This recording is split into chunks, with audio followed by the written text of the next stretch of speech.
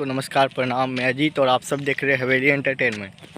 तो दोस्तों आज बहुत दुख की बात है कि राज भाई का एक गाना बहुत बढ़िया अबर आया था, जिस गाने का नाम था एके गो दिल मंगवैया हजार बा। और दोस्तों ये गाना एक महीना में मात्र 1.2 मिलियन यानी 12 लाख व्यूज भी अपने आप में एक रिकॉर्ड बनाया था। मात्र एक महीना यानी भोजपुरी इंडस्ट्री में नंबर 3 में रिकॉर्ड बनाने वाला गाना था। तो दोस्तों आप लोग यही सोच रहे होंगे कि हम था क्यों बोले, अभी भी हो सकता है, लेकिन नहीं दोस्तों।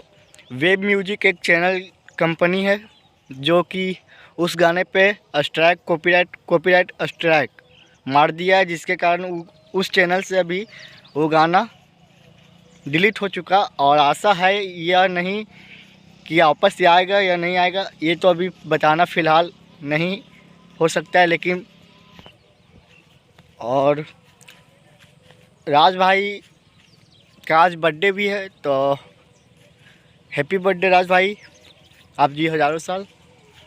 और चलिए मिलेंगे नेक्स्ट वीडियो में। मैं अजीत और आप सब देख रहे थे हवेली एंटरटेनमेंट।